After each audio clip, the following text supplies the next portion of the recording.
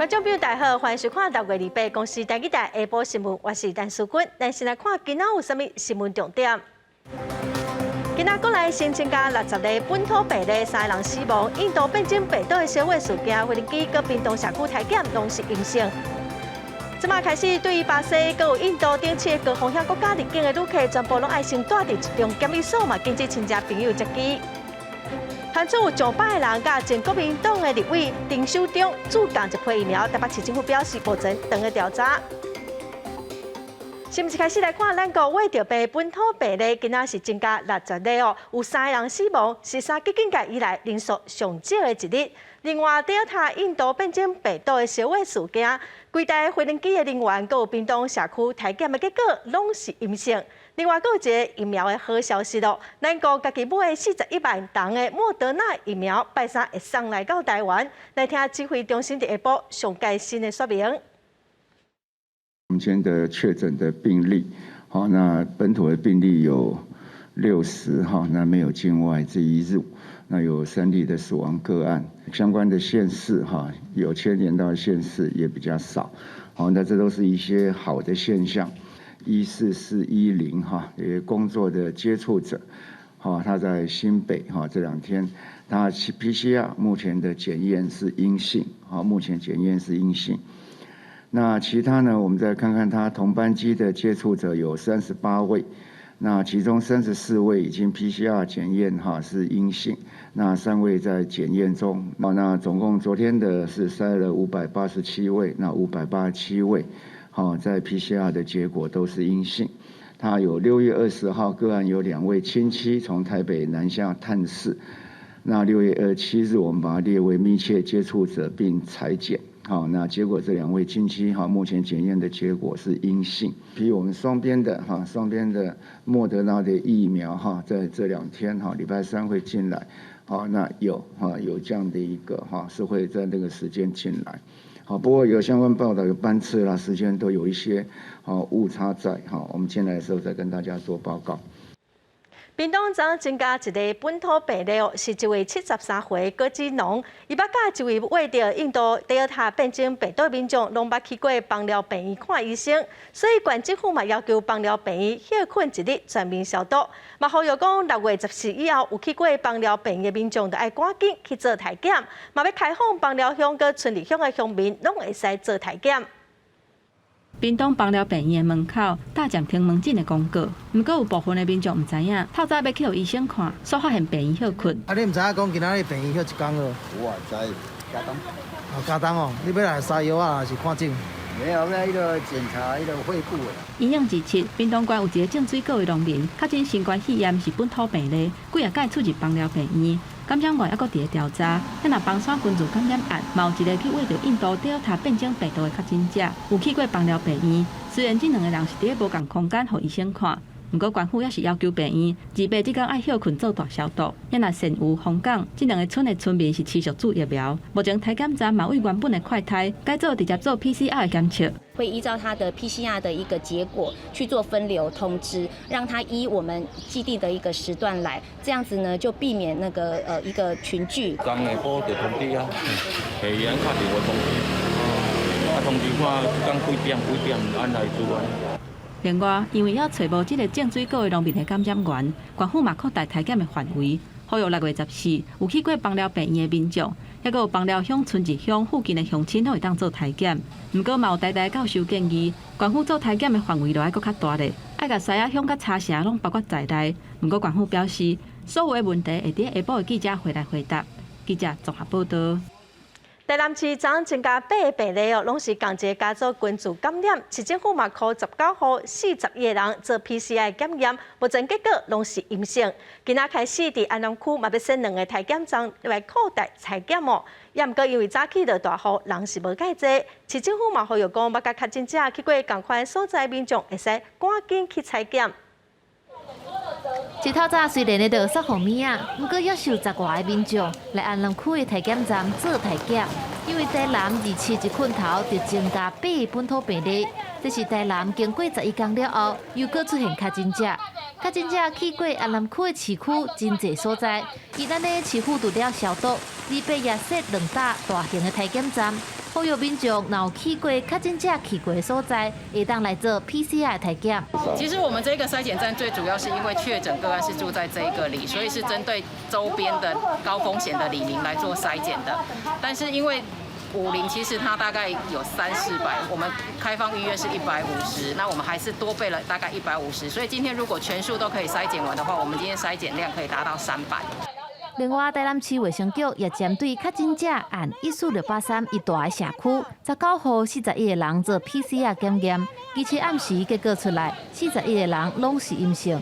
也若针对二白色的安南区体检站，一透早体检的容量是300个人，下晡会阁加一搭体检站。台南市长黄伟德也呼吁讲，快体站会设3天，民众若有去过较真正去过的所在，就赶紧去做体检。下雨雨势也蛮大的，所以去那边人不多，目前大概只有几十个周边的民众为求安心为求照顾到家人跟自己的健康踊跃出来筛检。另外，也因为这个家庭的群组感染个案当中，有患者无相关的旅游史，第一线医护人员较歹判断。市府已经准备1万份的快筛试剂，会搬到基站的诊所，希望协助医护伫第一时间内找出社区藏的感染源。也若较真正的检体，也会送到中央的实验室进行病毒的基因定序。记者综合报道。国产疫苗公司联雅昨暗公布2期临床试验的其中报告强调讲安全性跟耐受性拢袂歹，佮表示讲对印度变种病毒嘛应该有效果。也毋过，有专家指出，联雅的综合抗体指数只有102.3，高端是662哦，佮差真济。也毋过，联雅是强调讲，活化 T 细胞的部分，还无法度用综合抗体指数来评估。要知影保护你的好歹用，嘛是爱看第3期的临床试验。国内第2期国产新冠疫苗联雅生技集团研发 UB612 2期临床其中报告出来，强调安全性甲耐受性真好，也佫表示会当抵抗到 Delta 病毒。也佫有病毒研究专家是讲，联雅疫苗 UB612 综合抗体效果速达，比起高端疫苗明显加真济。现在大家的研究的确是发现综合抗体跟第3期的保护力是最有相关，这样比较出来，一个是660，一个是107嘛，那的确就是比较偏低啊。比较2期国产新冠疫苗，高端疫苗的血清容转率全年龄达到99.8%，综合抗体效果全年龄达到662%。联雅 UB612 血清容转率19至64岁95.05%，也佫超过65岁降到88.57%。综合抗体效果佫较低，干那102.3%。2期疫苗拢强调安全性，也甲耐受性良好，并无不良反应。不过联雅强调，疫苗当中活化 T 细胞会当抵抗变种病毒株 Delta。专家是讲，若做无比较综合抗体效果，安尼恐惊爱做3期临床试验，才当知影确实的保护力。那如果说联雅他认为说T 细胞有扮演一定的角色，可能在综合抗体的浓度里面看不出来，只有第3期实验出来的结果才知道保护力。联雅预定6月底前向食药署送交资料来申请紧急授权 EUA， 不过有立委是质疑食药署紧急授权审查标准无完备，建议应该召开公听会，定出审查的规范。难道他们不该去遵照世界卫生组织的规范吗？为什么卫福部到现在还没有定出这个紧急授权的规范？只有空白授权吗？联雅疫苗2期其中报告，因为综合抗体效果速达偏低，影响到208股价表现。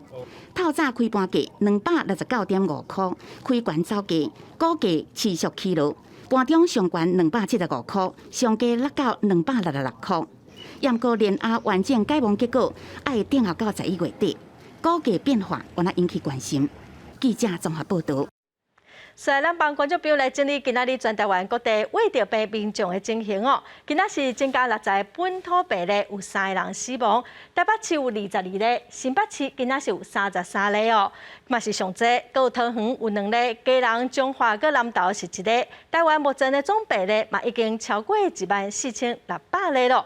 今仔增加的本土病例甲死亡的病例，拢是3级警戒以来上少的，大家爱阁继续认真防疫，唔通放零哦。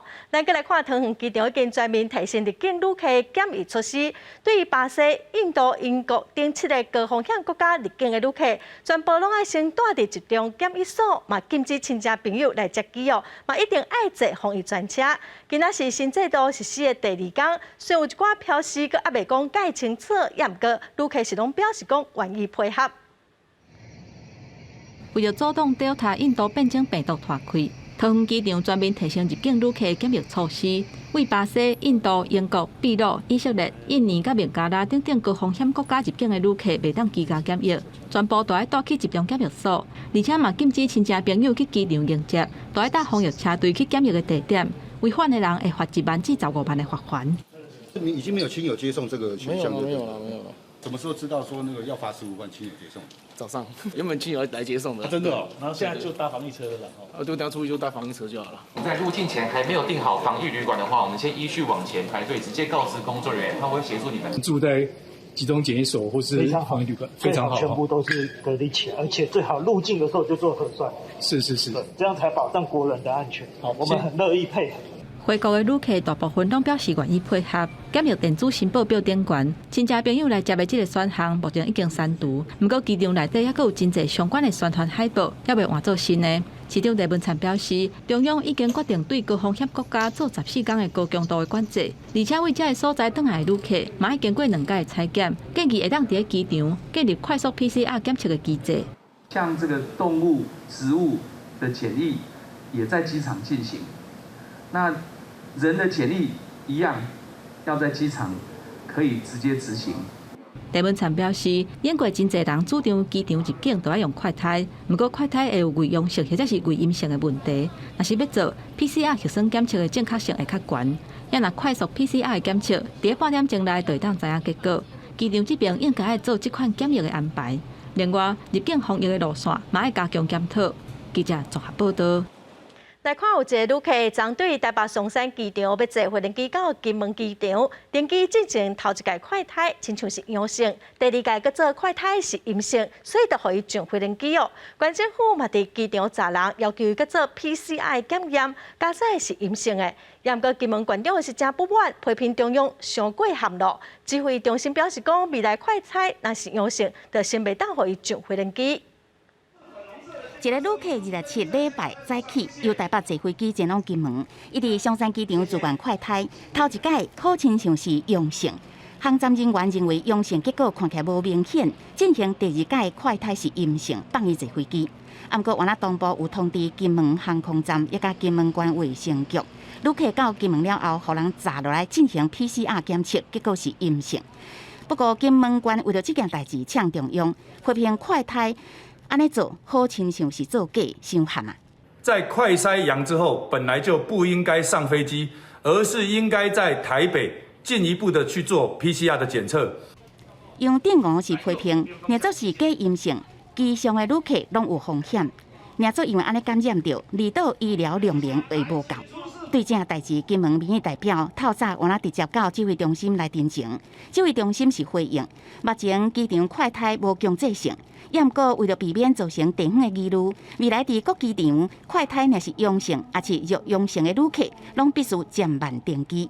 有一点点的这个不确定性，那我们都一定要民众要做完 PCR 的检测之后，一定要确认是阴性，那才能够再上飞机。金门县政府伫5月23日宣布启动进入金门都要普筛，只不过互中央撤销公告，金门机场快筛检验站也被拆除。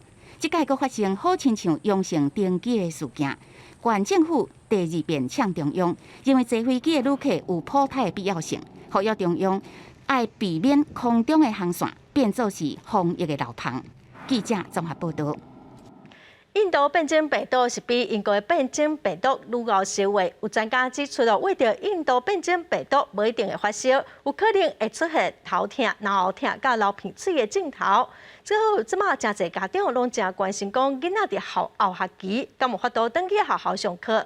专家是表示虽然囡仔到18岁以下，阁袂当注疫苗，也毋过大人拢先注疫苗，至少会使透过群体免疫来保护囡仔。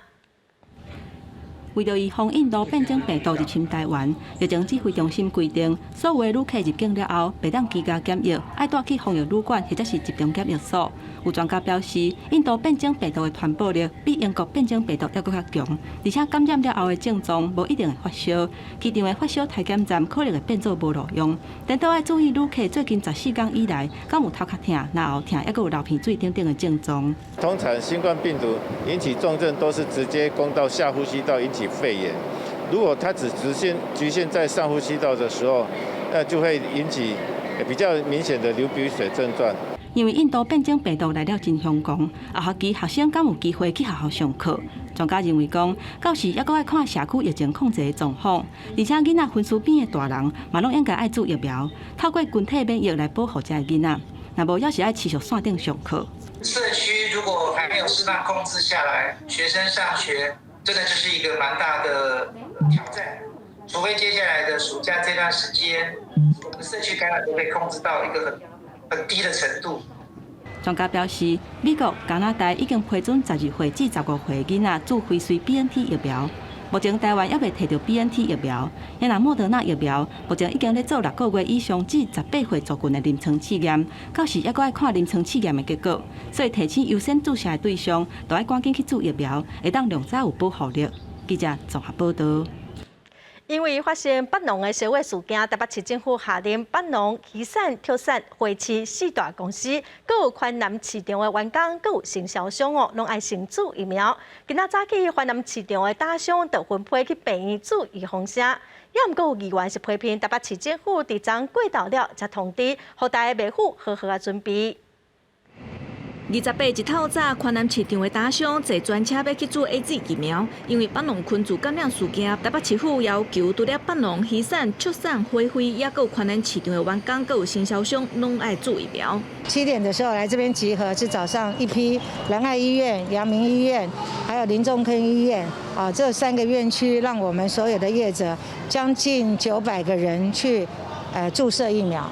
下午2点还有一批，下午有1300的业者可以去打疫苗。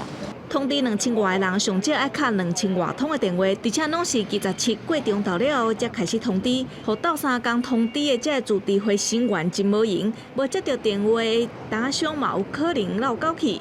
规个过程互市议员真有不满，认为台北市府甲联合病院伤过成功。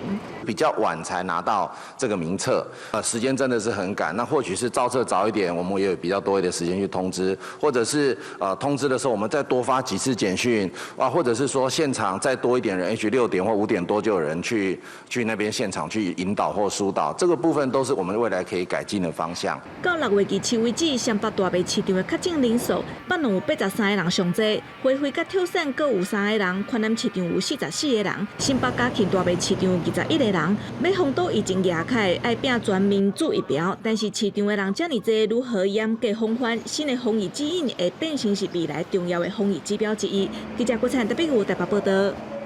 对秘鲁回国的阿嬷甲孙仔为着印度变种病毒，互全国拢真紧张，嘛传出当地当个大出的宣言有的订单互取消哦。早起邦山乡长出面强调讲，农产品并无病毒，望大家会使支持在地农产品。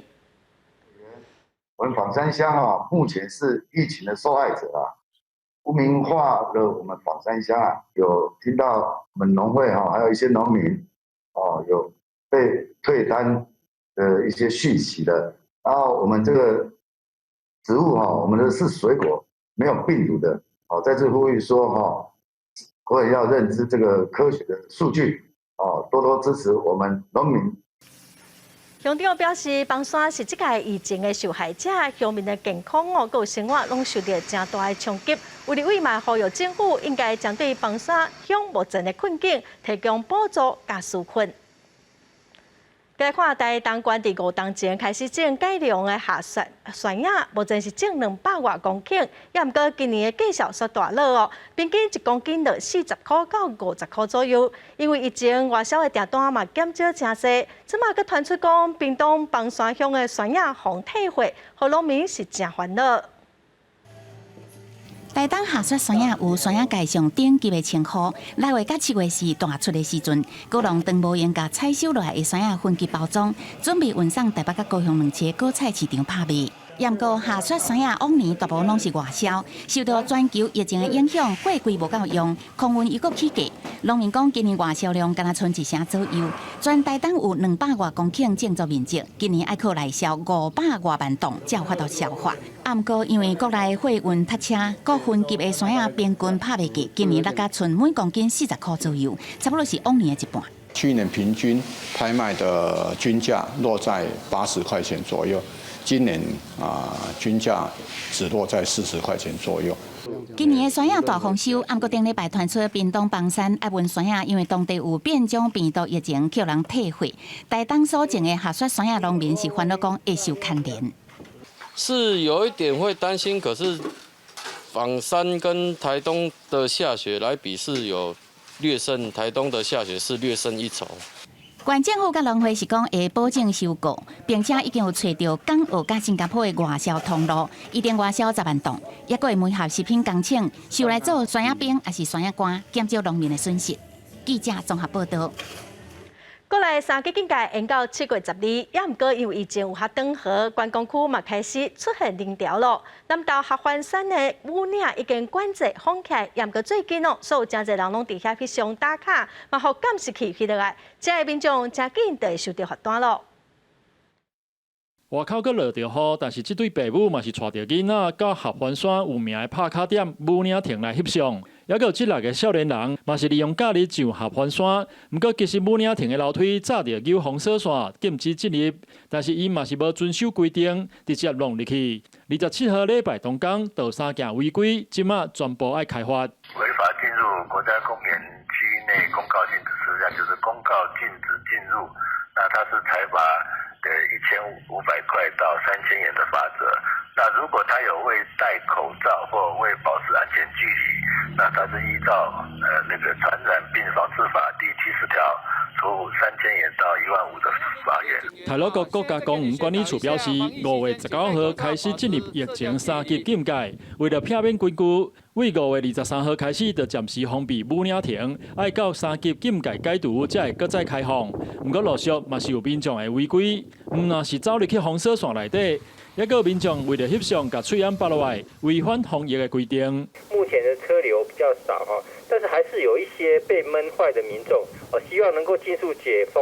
那民众前来透气赏景的同时啊哈，我们警方还是呼吁要遵守防疫的相关规定。那目前我们每个礼拜6日都有编排警力在沿线做机动的交通疏导。在这边给你宣导一下，防疫期间请戴口罩。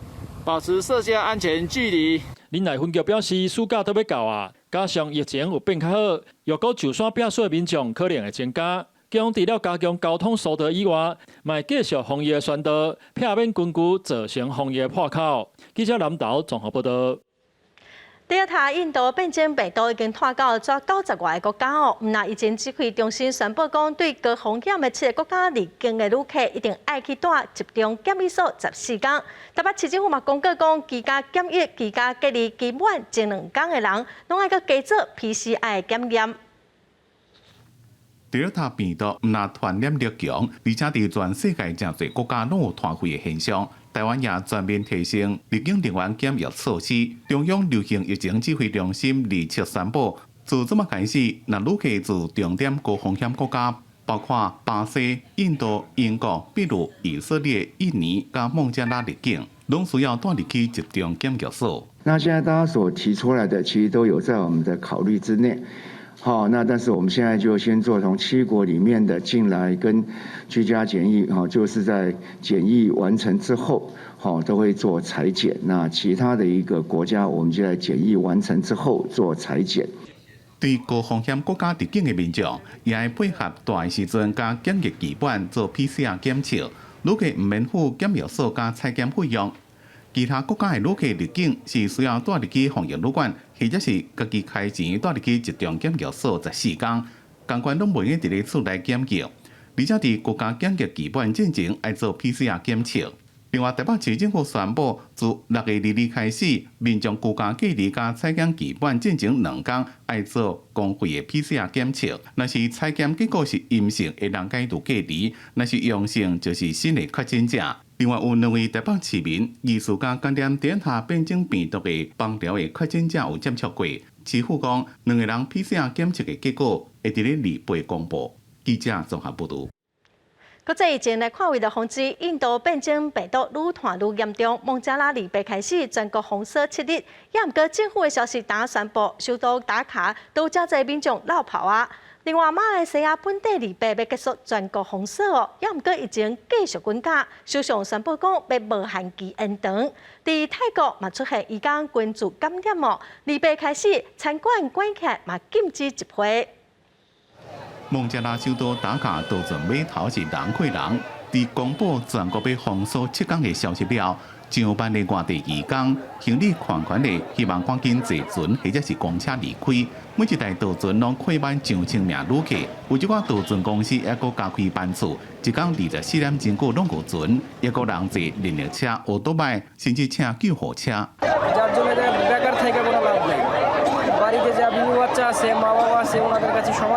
孟加拉新冠病毒确诊病例本来伫咧5月时阵有降来，不过这个月过欠悬，24新增加确诊超过6000例，25新增加死亡108例。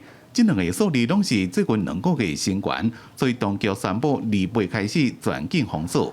马来西亚本来是2月要解除封锁，不过首相慕尤丁27宣布无限期延长封锁，自2月开始，除非是每一天新增加病例无到4000，全国当增加护病房使用率无到75%，并且至少系全国10%的人口完全做过有辐射。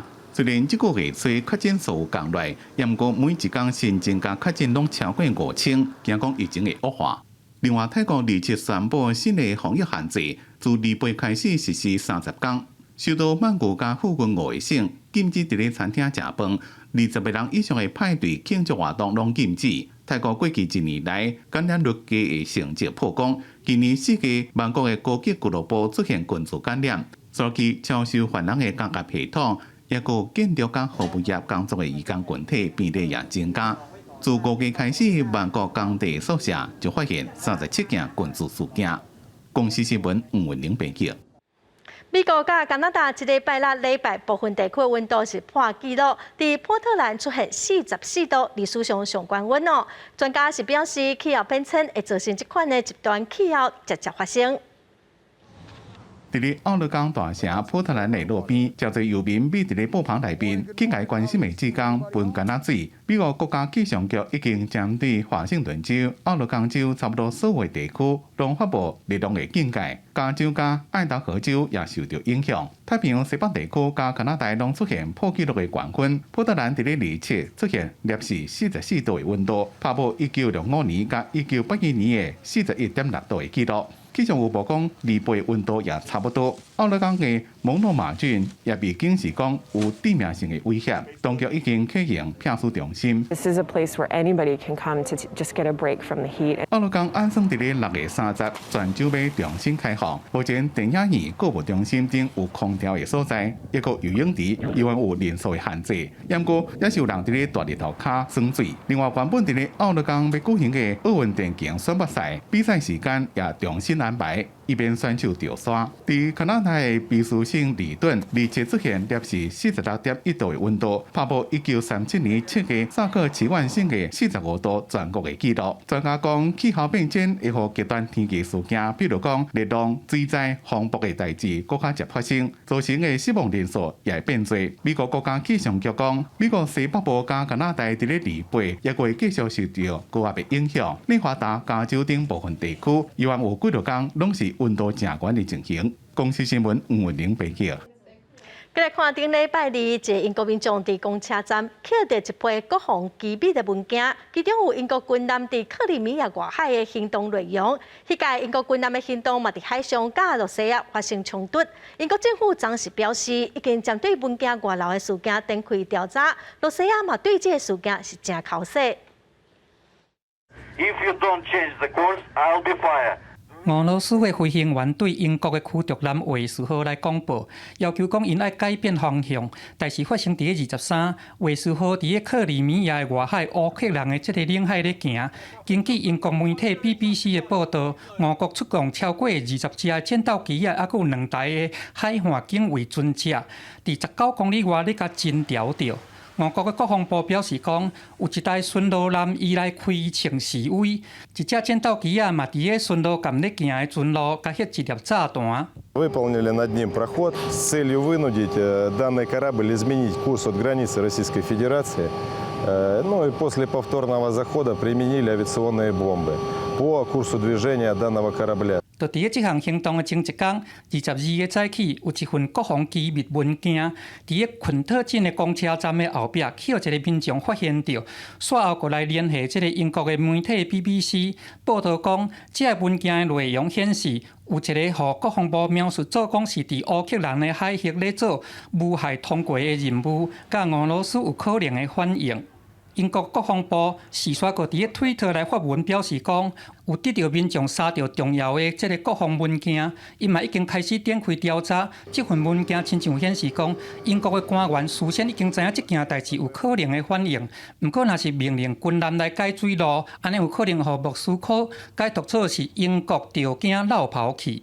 俄罗斯的外交部伫个24召见英国的大使，对这个驱逐舰入侵的事件表达强烈的抗议。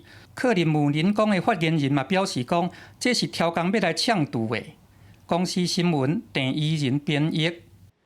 好心肝甲和行诊所为规注疫苗，和台北市政府动发定型病院帮前总统连战翁仔某注疫苗，嘛分发30万哦。前国民党立委丁守中第23嘛讲哦，伊家己已经有注 AZ 疫苗啊。即马又个传出讲，甲丁守中共一批注疫苗的人有上百个人哦。台北市政府是表示，目前的调查名单会阁向各界来说明。前国民党立委丁守中5月12捌伫个人面册，呼吁政府都爱开放中国疫苗，甚至讲愿意带头注疫苗。想袂到6月23，煞伫个人面册承认讲已经有注 AZ 疫苗，抑佫讲5月26病院通知伊是属于第一类优先注射的对象，院内有剩的 AZ 疫苗，叫伊都爱赶紧去注射。丁守中连续几页篇的铺文引起众人的议论。目前甲注疫苗的进行病院是无回应，因为丁守中嘛无接电话。台北市政府追查违规注疫苗的代志，已经连续动发好心肝诊所甲和行诊所。日嘛认定前副总统连战因翁仔某等人拢毋是健保职工，要甲负责注射的进行病院裁罚30万，而且会持续调查丁守中注 AZ 疫苗的代志。即马传出台北市卫生局去进行病院一个查落，才发现讲，甲丁守中共批注射的名单有100多人，规模不止啊大。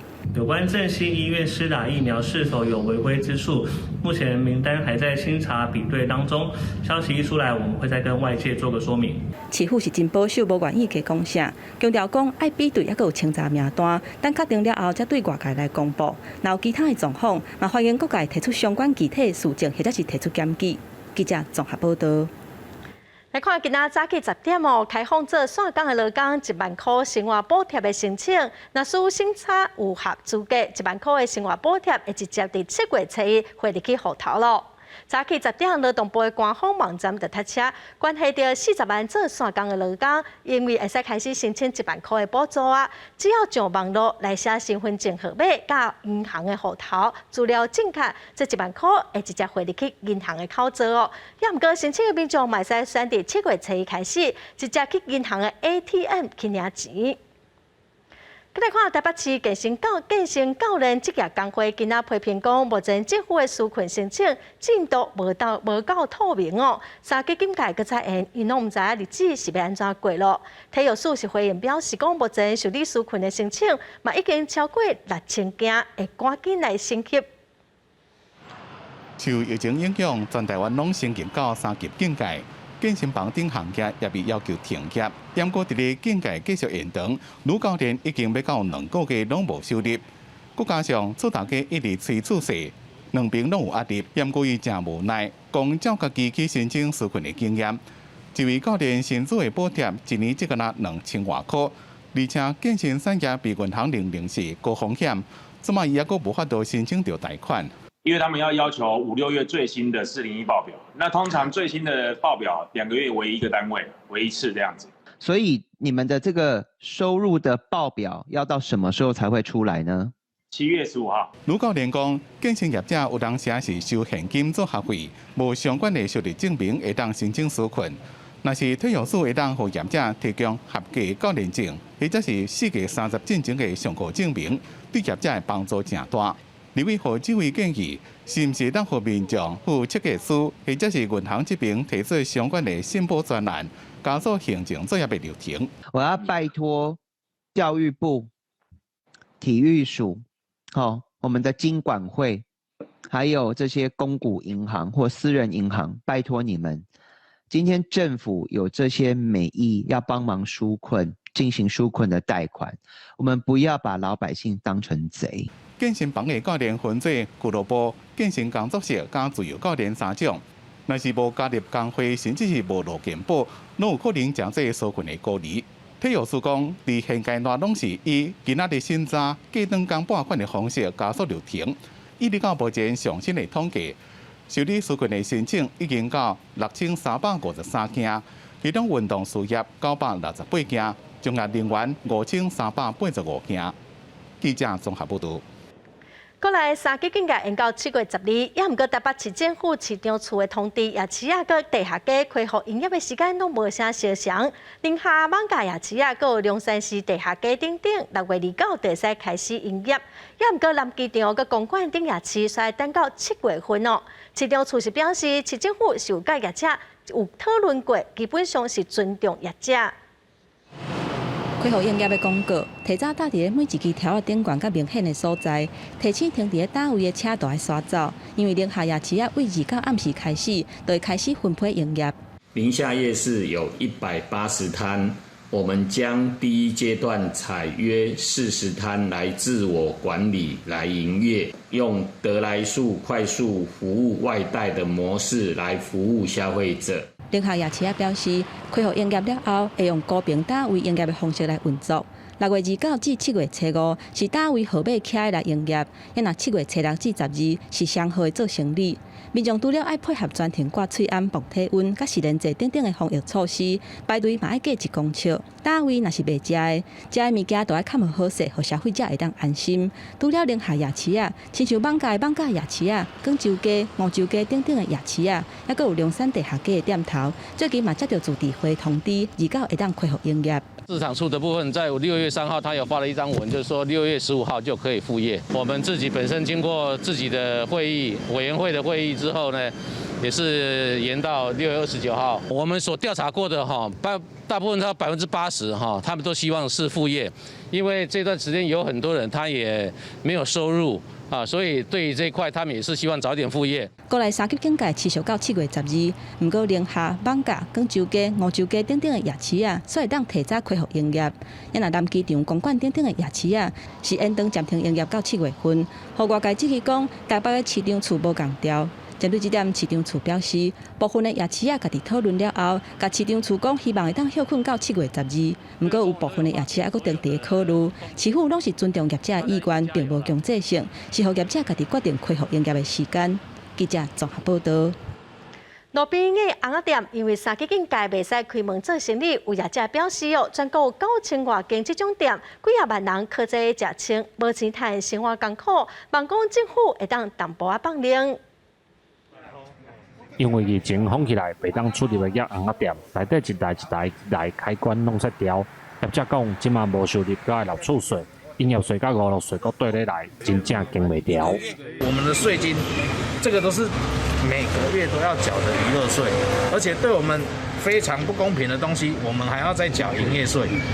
我们台湾有哪个产业来讲的话，是每个月要去缴2种税金的？受疫情影响，红仔店甲真侪行业拢禁止营业。自动贩卖商业同业工会表示，希望政府会当小可解封，在安全的范围之下，会当让这个产业一丝空间。我们希望在营业的内容里面的人，这个消费者不超过5人以上，做营业的管理。业者指出，政府的补助目前是用负责人来算。但是实际上，有的人手头的店面唔拿一间，这款补助的方式实在帮助有限。希望相关单位会当考虑甲协助，互因的产业伫目前疫情这种情况之下，符合防疫，阁会当来经营。记者林慧婷家己报道。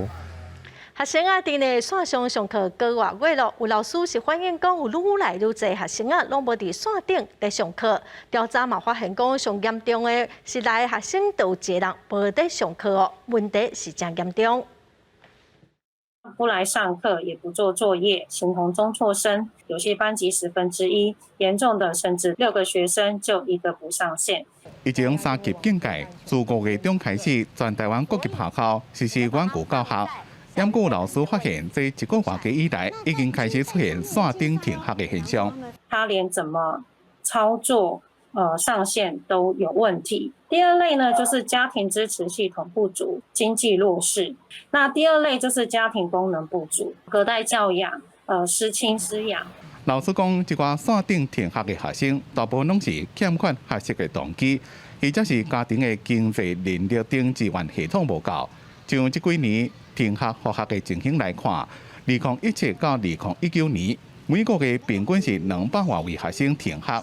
不过今年敢若是实施远距教学这1个月期，就已经有80位个案被通报，而且连长期提供离校安置、就业陪理服务的社福团体，也发现辅导的囡仔同款出现线顶停学的问题。手机常常是没有 SIM 卡的，中辍生就是要让他来到现场，他才能够学习，能够稳定的学习。疫情的关系，烘焙的课程我们也停课了。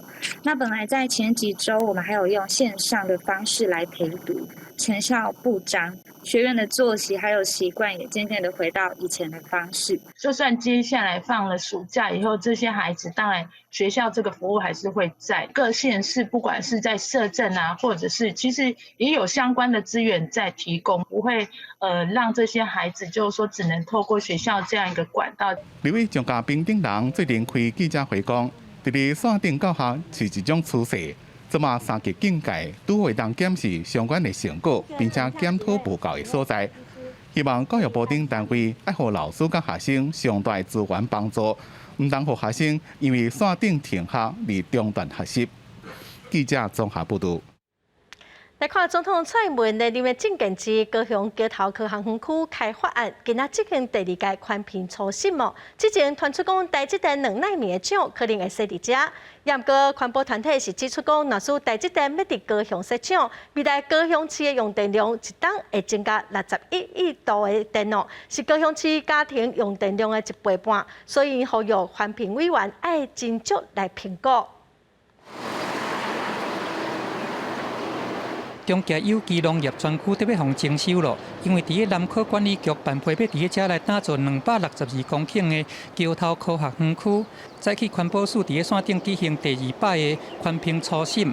南科嘛引准讲会来安大农民，已经了后才过来拆农场，并且规划13.93公顷的绿地，要留予保育类的动物、东风草叶来休困。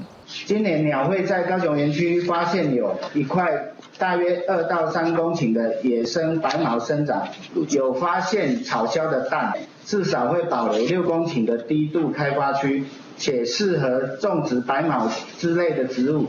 环保团体肯定开发单位要提供予这个高园，也就是东风草叶来休困的所在的证据，嘛要求讲保留绿地，干那占无到园区的1成的面积，安尼是无够个啊！因为最近传出讲台积电2奈米厂会徛卡伫个高雄的桥科，所摆讲嘛有环保团体会担心讲桥科佮加上台积电来设厂，安尼1年就会增加高雄市61亿度的这个用电量，公共用水嘛，逐工增加6万吨哦。那我们知道这个2奈米制程的耗能跟耗水量是更惊人的。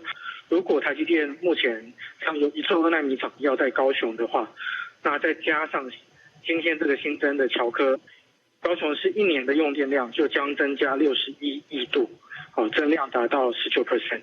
款团认为讲，桥科的开发单位用水量甲用电量这个议题，拢还有真侪所在爱甲背会好清楚，来甲这个损害做一个点阵的评估。记者综合报道。台中雾峰的旁边一定会采收，虽然之前是有去拄着欠水哦，加在后来雨水一来就解决啦。今年的稻啊会使顺利来收成。虽然伫防疫期间哦，民众伫厝里家己煮，米是有食了较济，也毋过目前的绩效是个真稳定。趁天气好，挂稻啊加起赶紧收挂。虽然有淡薄仔无熟，但是连续做侪工的大雨，惊稻啊受到损害，也是赶紧收成。乡民可以说，大家在栽培管理上非常的辛苦，主要是长时间没有下雨。那也很感谢所有的农民能够共体时间，然后在这个水利会调度得宜哈，然后在很多的这个水井的运用之下，让我们这一期乡民度过了这个在稻作栽培最需要水源的这个阶段。稻啊把水头咧咧是农民这一冬辛苦的结果。农民讲，今年第一期无雨水，欠水，互稻啊无生了足好，加在水源调度，才会当顺利互芳米拢把水。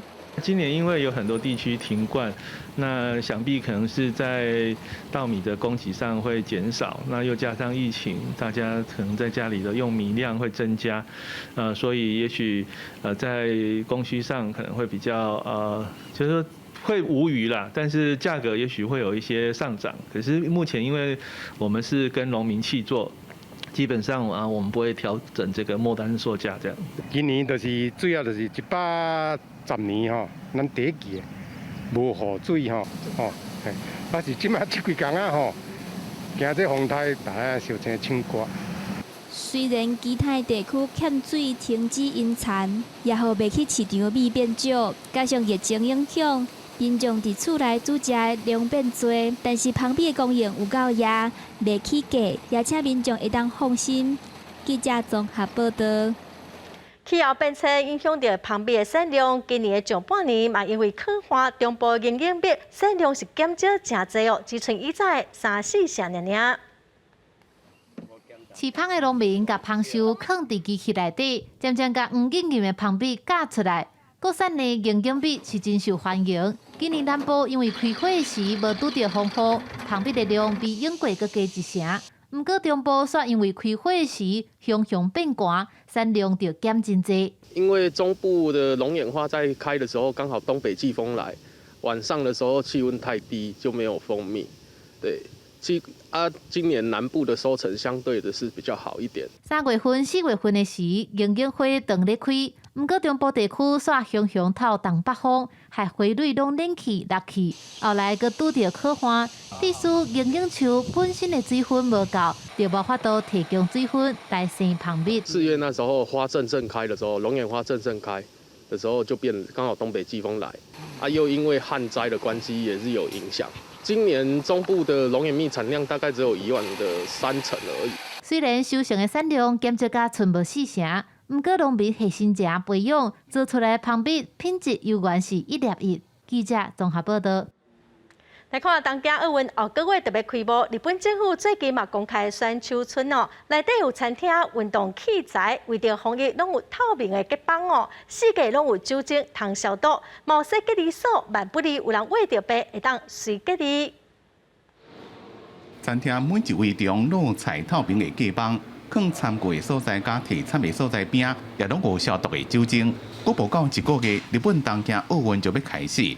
日本政府公开奥運選手村的內部設施已經做好防疫準備。プロブックにありますように、選手の皆さん、かなりな制限を課せられています。マスク一つ取ってみても、食事の時、それから練習、試合の時、寝る時以外は全てマスクをしなければならないというのは、世界中の選手にとってはかなり厳しいものとなりますし。根據上新版的選手手冊規定，奧運選手逐工攏愛接受檢疫，確定是陰性，才會當去會場參加比賽。佇選手村內面，隨時攏愛掛喙罨，也愛保持所在所在會當通風，甲其他人愛保持社交距離2公尺以上，而且有分一套洗手劑甲濕文，希望大家接洗手。佇食飯的時陣，盡量別甲別人講話，或者是大聲話，而且也不准規定做陣飲酒。只可能會當一個人點點食飯，食飽了，也該鬥相共用酒精消毒刀啊，才當離開。因那原本是设立要互外来人去食饭的空間，当時是未開放。コロナ禍で日本の文化に触れることができなかったりする選手にとっては非常にくつろぐことができる空間になるんではないかと思っておりますし。规个选手村内面除了大的所在，也有买物件的所在，包括提款机、打水店、邮局、银行，也有当送快递。为了要控管选手袂当随便外出，选手村外口的停车场也有真侪车，专门接送选手来回伫个比赛所在甲选手村之间。另外，也有增设一个临时的医疗空间，由医生24点钟过轮班。专门用来提供予发烧可能的确诊者、甲其他密切接触者隔离使用。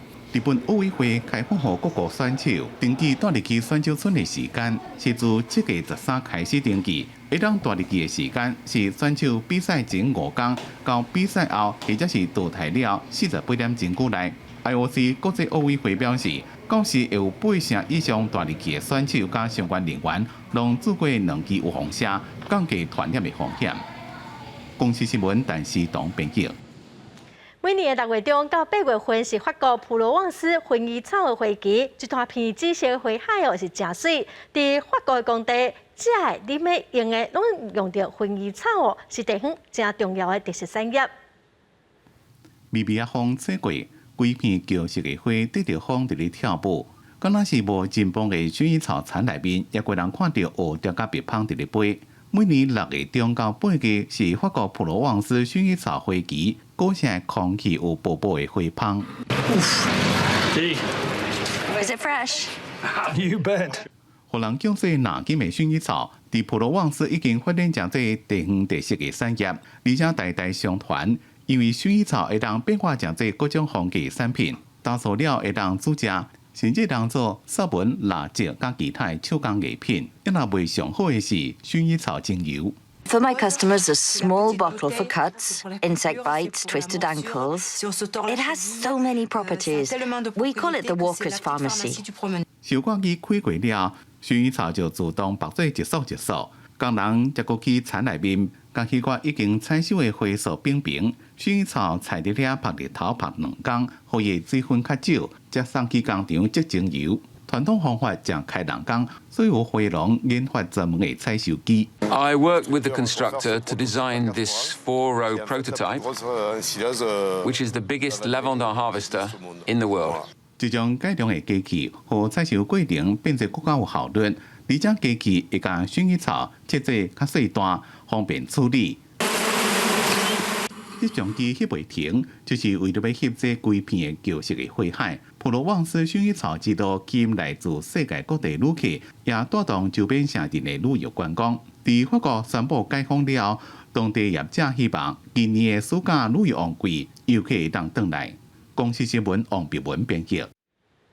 位伫法國中部羅亞爾的博瓦勒野生動物園是歐洲一間正大間的野生動物園哦。創辦人本地是敢要想要起一間鳥仔園爾爾，也毋過後來刷起35000隻的動物，咱做伙來看賣。法國的博瓦勒野生動物園伫羅亞爾湖港，是35000多隻動物的厝。玻璃建築加規園區，互真濟旅遊指南列入世界上好的動物園名單。也是上受法國人喜愛的野生動物園，每年吸上百萬的遊客。博瓦勒野生動物園是由真愛鳥的迪羅爾女士創辦。伊少年時陣得到一對白喉文鳥，就此就甲鳥類結不解之緣。70年代佇巴黎厝內就飼幾百隻鳥仔，甲全家生活做伙。I found myself with 300 birds in Paris. I had a large apartment, but still I needed to make a decision: Paris or the country. 最後，伊決定搬到莊卡。伊找到心愛的鳥仔，佇個魯雅卡西省的聖埃尼昂。1980年代，將2000隻的鳥園對外開放，規模就一直擴大，也開始收容其他的生物，也閣設一個先進的哺育中心。每年春天攏孵上百隻珍貴的鳥類。We feed them with a syringe. We start by stimulating their beak, just like their parents would. 鸟类是保护类动物园的起点。不过，即卖名称动物是鸟形鸳鸯甲环环，因2012年为中国四川来到遮，2017年人工受孕，生因的囡仔遗忘大汉了后，搁过无偌久会送进中国。保护类虽然是私人动物园，不过规模伫法国也是伫头前，也搁打拼伫保育工作，生产大猩猩甲无尾型的技术也是全球第一。野鸟行馆不只是为造福游客，更是一项10年的保育保护甲合作研究计划。动物园继续打拼，要获者成做欧洲保护生物多样性的指标之一。公视新闻是会长编辑。下半部的天气，咱来看各县市详细资料。